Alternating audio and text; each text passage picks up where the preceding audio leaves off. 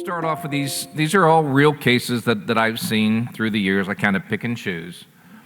So this is a 62-year-old male that has insidious onset muscle weakness. Now at Pitt, we're pretty careful with trying to put together histories and chronology, and I kind of, fellows, I kind of drive them nuts sometimes with how the detail of how I like to see things unfold, but I think that's how we learn. But this guy had a CK that was up for, I don't know, several years, 2 to 4 times. He had a myopathic EMG. He had a muscle biopsy that was interpreted as polymyositis with endomysial inflammation. He was treated for that for several years. He got steroids and different combinations, immunosuppressive drugs, and no improvement. And he had a couple of falling episodes. So what does this person have?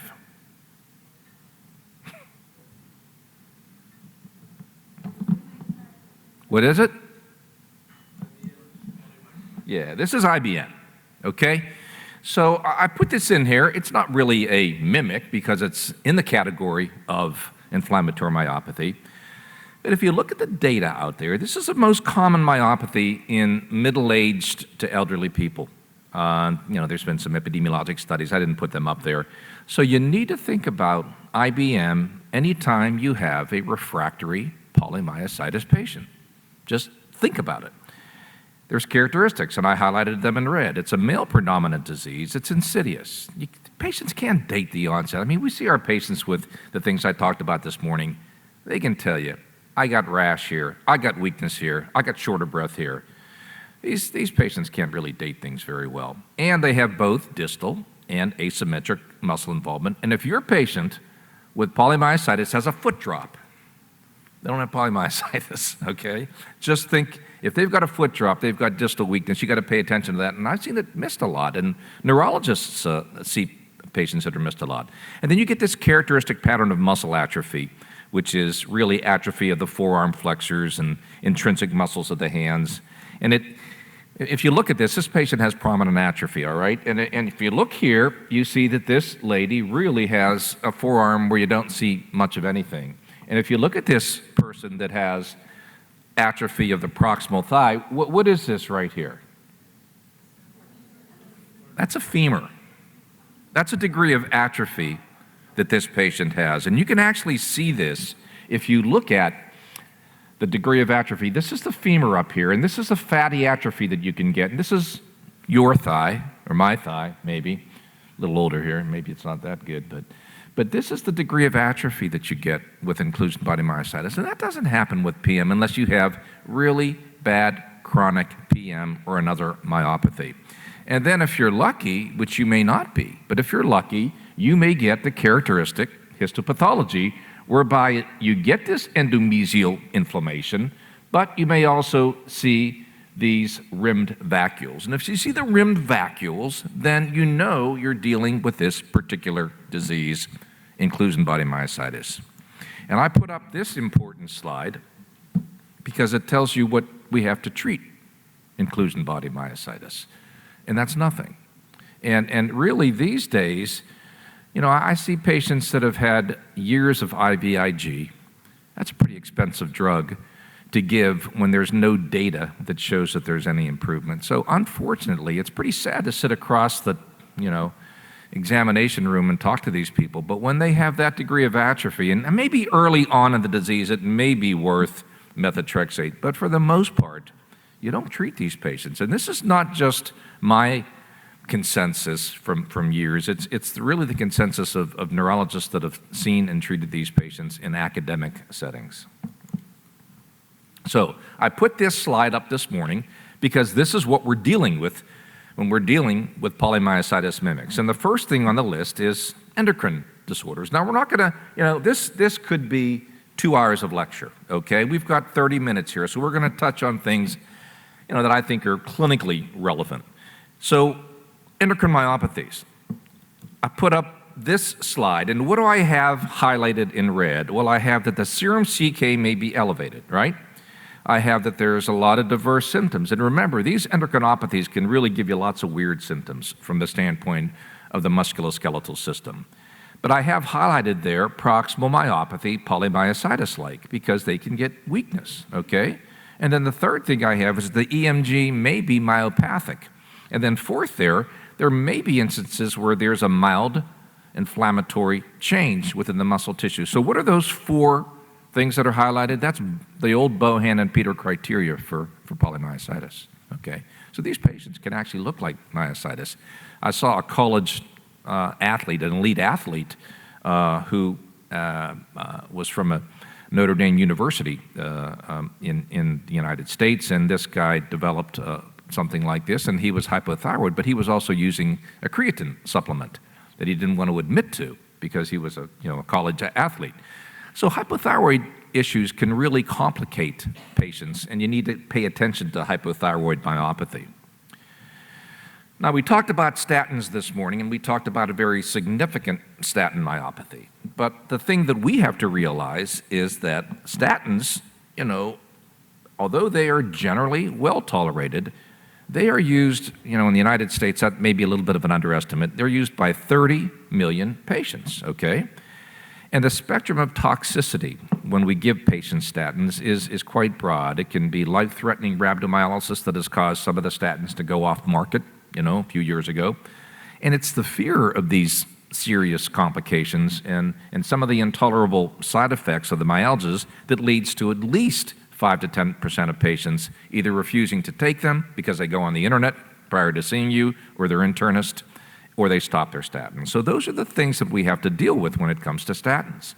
And statin-induced myalgias are a problem, as I said before, up to 20% of patients in a clinical practice in studies that have been fairly well done.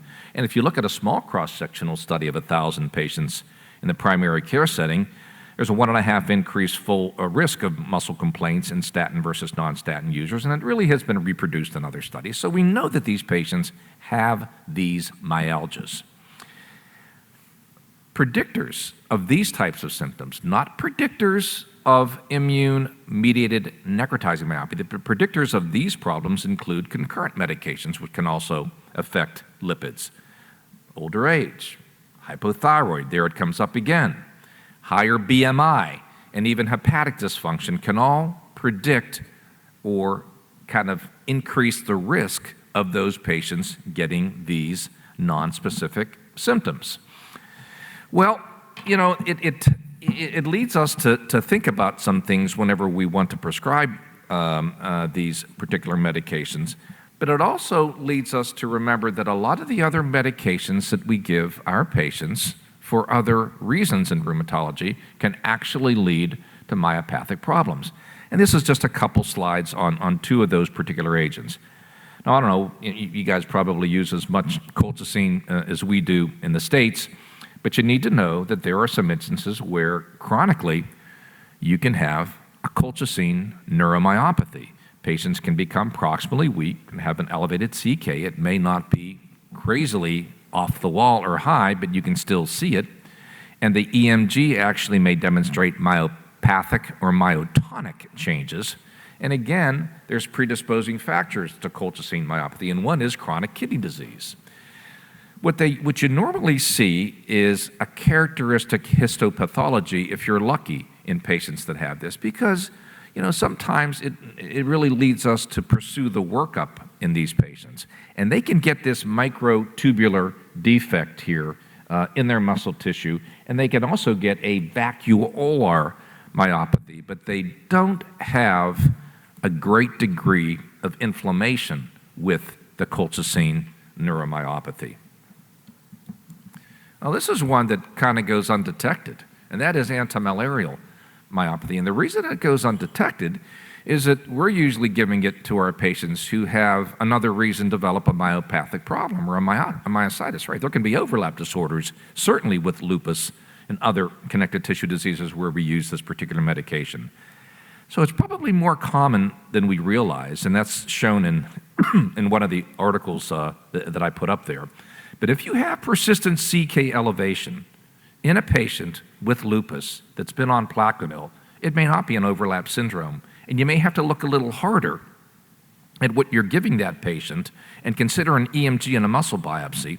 And there are routine microscopic and histologic changes that you see with an antimalarial myopathy. And everybody doesn't have to have electron microscopy, but if you do do it because you're kind of struggling with what the diagnosis is, you may see these pathognomonic curvilinear inclusions, or there may even be what are called these lipid inclusions. And even on the plain biopsy, you can see in the H&E, you can see vacuolated fibers and even necrotic fibers. So don't forget about plaquenil myopathy, and it can be fatal because plaquenil myopathy can also affect the heart. And we actually reported a case, this is our case, in one of the neurology fellows that worked with us. It wasn't fatal, but it can be fatal, and it can affect the heart. So it's kind of an interesting medication that you got to keep your eyes and ears open for. So this is, again, a case that I saw. I mean, I've seen probably, I don't know, I've probably seen at least 100 cases like this. This is a 52-year-old African-American guy who came to the office with myalgias that really weren't that bad, and a CK that was 800, 1,000, 1,100, 900 over the past few years. And he had dyslipidemia, hypertension, really nothing else. Medications, you can see that are listed there. His review of systems revealed no systemic features. And I went to do the muscle examination, and he kind of laughed. He said, "What are you trying to do?" I said, "I want to check your muscle." He says, "So I could hang off this guy's arms, okay, and not break his strength." So he had 5/5 strength, upper and lower extremity. And I saw this patient with one of our fellows. And when I talked to the guy, I said, did anybody ever tell you that your liver tests were elevated in the past? Because he came in with a pretty long history. And he goes, "That's really interesting you asked that. I was, when I went in the Army, I don't know, 30 years ago," he said, "they wanted to do a liver biopsy on me." And I said, "You're not doing a liver biopsy on me." And the reason that they wanted to do a liver biopsy was obviously because of what? Because his AST and his ALT were elevated back then, 30 years ago. So what does that tell you about the chronicity of this patient's, quote, symptoms? Well, it tells you that this guy's had elevated liver tests likely that went back pretty much his entire life, okay? So the problem here is what we have with a normal CK level. And, what's an abnormal CK? The issue here is something that we need to address because it's a clinically relevant issue. And in the United States, the clinically relevant normals are based on Caucasians, okay? For the most part. That's how the lab has generated, in many instances, what normal laboratory tests are, and that assumes for the CK a nice, normal, what's called Gaussian distribution, okay? So the normal CK is generally, it varies, but generally 0 to 200. And using these parameters, 10 to 20% of males, and even 5%, 3 to 5% of females will have hyper-CKemia. Because what it is this, if you look at the distribution of CK in a population of patients. If you use the 95% cutoff, looking at that Gaussian distribution, you're actually not correct because a CK in a healthy population is skewed towards higher values, so it's a non-Gaussian distribution. If you look at this slide, and just look at these kind of orange bars here. So this is the CK by gender and ethnicity in a group of patients. It was studied in a manuscript. In the white male population versus the white female versus the black male versus the black female. And what you see is that the CK level varies by those particular demographic subsets. Black males greater than black females, greater than white males, greater than white females. And you have to remember a couple other things about the CK, and that is it can transiently rise after exercise. And sometimes it can rise quite a bit depending on the exercise that a patient has and probably depending on what the metabolics of their muscle is. Okay, so it can be up to 10 to 30 times the upper limit of normal with strenuous exercise, and then it will slowly decline after 7 days. So the degree of elevation depends on the type and the duration of exercise. So when you look at these patients that have hyper-CKemia, and you're concerned about it, or they're concerned about it, or their doctor's concerned about it, then you avoid exercise for a week, repeat the CK, and a certain proportion of these patients will normalize their CK. Okay, that's not very hard. You can see that in the breakdown right here. But sometimes that doesn't happen. And we have to be aware of the generally benign prognosis of idiopathic hyper-CKemia. And this was shown, and I could put up other studies. I just tried to give you some representative data that is somewhat evidence-based, but not in the pure sense of the word. But this was a group of 55 patients followed for a mean of 7.5 years, and the CK normalized or decreased in most of those patients, and most remained asymptomatic with minimal symptoms over time, but 78% actually had persistent hyper-CKemia, although it was lower. But it was benign, and these patients did fine, okay? So it shows the benign prognosis of idiopathic hyper-CKemia. And if you kind of look at it and summarize it, we've talked about the demographics, okay, where you have the racial variation, and we talked about exercise and manual labor, but sometimes that's not the case. Sometimes it's just idiopathic hyper-CKemia, which has been actually discussed in the literature based on a couple of the articles that I put there. So I throw up this case because I've had this many times. This is a 30-year-old African-American male that had an elevated CK, as you can see there. Past medical history reveals a similar elevation of the CK 1 year ago. PCP wants to start him on a statin. I'm sure you've gotten this consultation before. He's got dyslipidemia, and they consult you. Physical examination is pretty much what I said in the other case. Strength is normal, okay? So what do you do next? You refer the patient to a neurologist for an EMG. You begin the statin and follow the serum CK. You send the patient to a general surgeon for a muscle biopsy. I've seen that happen. You administer low-dose steroids for a while, 5 to 10 milligrams. Recheck the serum CK in a month. If it's stable, then you start the statin. So which one, who likes A? Who likes B? Okay, I could stop right there. Anybody like C? Yeah. Well, the answer is B, because this patient really is kind of manifesting what we talked about. Given the history of this, I'd put an explanation there, kind of like I throw these in sometimes as board-type questions. Got a history of CK elevation previously, no muscle weakness. Fact that the patient's African-American, I've just shown you the data that supports that. He very unlikely has a myopathy. It's inappropriate to do an EMG and a muscle biopsy. I can tell you earlier in my career, when I started seeing these myopathy patients, you get a little bit afraid when the CK's, 1,200 or 1,500 or 1,000. I might have sent these patients to a neurologist, but you do not have to do that if you have this type of history. So beginning the statin and following the CK is certainly a reasonable approach. So I just concluded the other slide that I put up with, and I said, so oftentimes there is no need to do anything in these patients, especially when you take a good history and know that they are stable over time. Metabolic myopathies.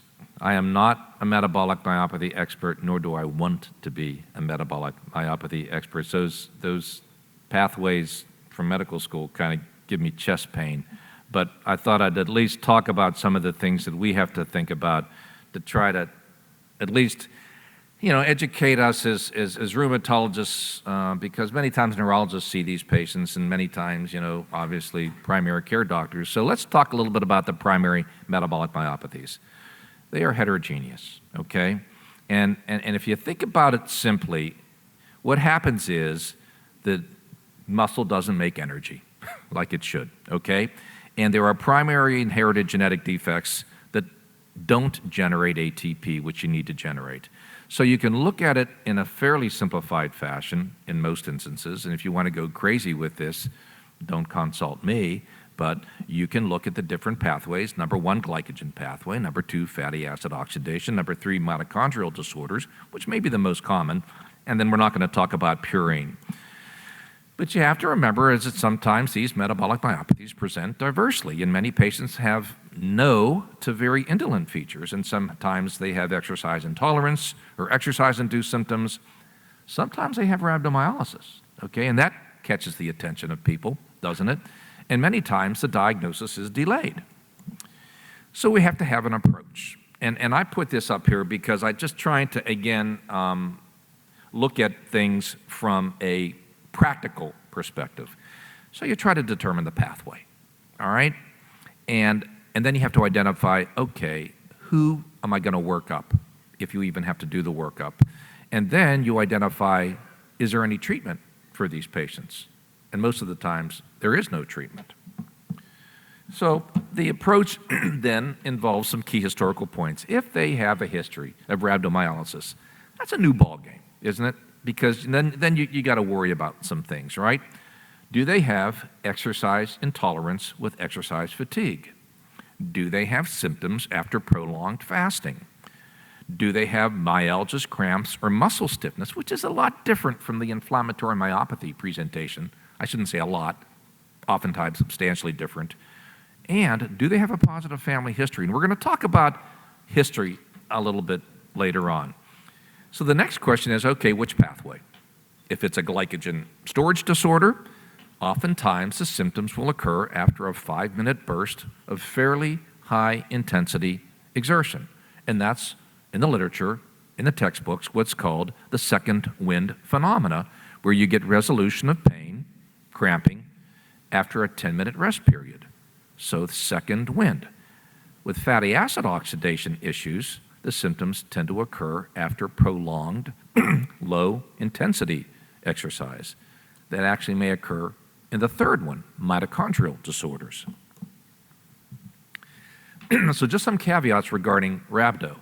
If you have a patient that got rhabdomyolysis in the setting of exercise, let's say, it's in the middle of summer and they were going crazy and they were exercising and it was hot and they got rhabdomyolysis, that can occur because of deconditioning, or it can occur just because of the circumstances of exercise in a fairly poorly conditioned individual. So you have to be careful with that, except if it's on a recurrent basis, which I mentioned in the second bullet. So recurrent episodes with more prolonged symptoms and a positive family history increases the chance that a metabolic myopathic disorder might be present. And then finally, if you get episodes with fasting or an intercurrent illness, such as a virus, that's oftentimes pathologic, and you have to think about fatty acid oxidation pathway. The exam usually doesn't help you, okay? It's often normal, particularly between the episodes when you see them. There may be subtle diagnostic clues, and that would include mild proximal weakness. That shouldn't occur in a young or middle-aged person. If they have scapular winging, we'll come back to that later on. Or if they have axial weakness, paraspinal muscle weakness. And then finally, if you have fixed weakness, that's much less common in the fatty acid oxidation disorders. So this is what gives us shivers, it gives me shivers. But basically, we're going to talk about a disease called McArdle's disease, okay? What happens is, it's in the glycogen storage pathway. You have myophosphorylase deficiency. McArdle's is not that particularly uncommon, and it's the most common disorder of carbohydrate metabolism. And without myophosphorylase, basically, glycolysis is starved of what it needs, and that's glucose. So you get exercise intolerance and that second wind phenomena, with energy production having to occur from the other pathways, okay? Clinically, these patients may have nothing, all right? But they may have easy fatigue and exercise intolerance. And in their teenage years, depends upon the penetrance of the disorder, they may have cramps, and that might be the patient that gets post-exertional rhabdo or myoglobinuria. But in adults, oftentimes it's mild proximal weakness or nothing, okay? Now, has anybody ever done an ischemic exercise test? Yeah, we don't do these anymore, but I did these in the past. I just want to put this up there in case it comes up on boards. So, whenever you do an ischemic exercise test, you basically put a tourniquet on the arm and you crank up exercise in that arm, and you should exercise that patient to the point of cramping. So what happens in the normal person is that the lactate goes up. You would expect that. The ammonia goes up. But in the patient with McArdle's, the lactate is flat. And the ammonia goes up. So if you have a patient you think has McArdles and you get a flat lactate and a flat ammonia, they didn't exercise enough. That's the point there. Because if they exercise enough, they will not demonstrate the normal lactate response, all right? So that's what's called a positive ischemic exercise test. But it's a little easier these days, and that is, this is a patient where the myophosphorylase is being stained for, and it's absent, okay? And this is a patient, a control patient, where you see the enzyme in the tissue. Much easier to do that these days. Now, a second disease is called Pompei's disease. It's a glycogen storage type 2, and that's on the list up there. And what happens is, as you can see, if you don't have acid maltase, you start accumulating glycogen. And in these patients, that's a little bit of a different problem. It's more significant. You get a toxic buildup of glycogen. You can have early and late forms, and I just put the late form there that can be rather significant with a lot of physical examination features with exercise intolerance. And you can diagnose this particular entity looking at the enzyme that is abnormal. You can check levels of that enzyme. Now, this disease can give you some significant changes. This is a patient with Pompei's disease taken from the literature where they have scapular winging, paraspinal wasting, and they have Pompei's disease, acid maltase deficiency. And that can also be diagnosed using a blood test. Now, just to briefly talk about the fatty acid oxidation defects, basically long-chain fatty acids are a key energy source for endurance, okay? Unlike the short and the medium-chain fatty acids, the long-chain fatty acids need transporter proteins, and that's the bottom line here. Again, I'm not going to go through this whole pathway, but there are two that you should be aware of, and they're transporter protein issues. Carnitine deficiency, you can see the gene there that I listed. These patients can have proximal weakness, they can have difficulty with head control in infancy, so it can be significant. And they oftentimes will have an elevated CK and a myopathic EMG.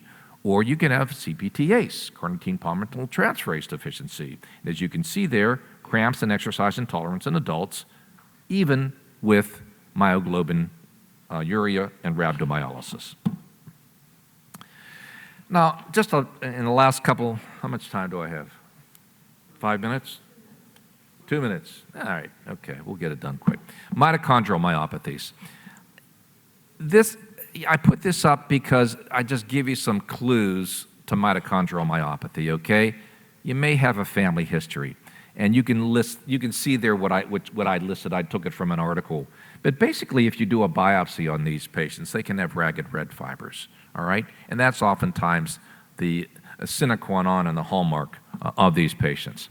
When it comes to treatment, there's not much out there. Pompei's disease, I think the enzyme replacement treatment is $250,000 a year in the United States. So, that's obviously a rare disorder. The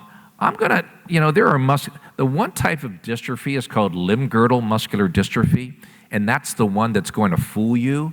And it can fool you because it can look like polymyositis.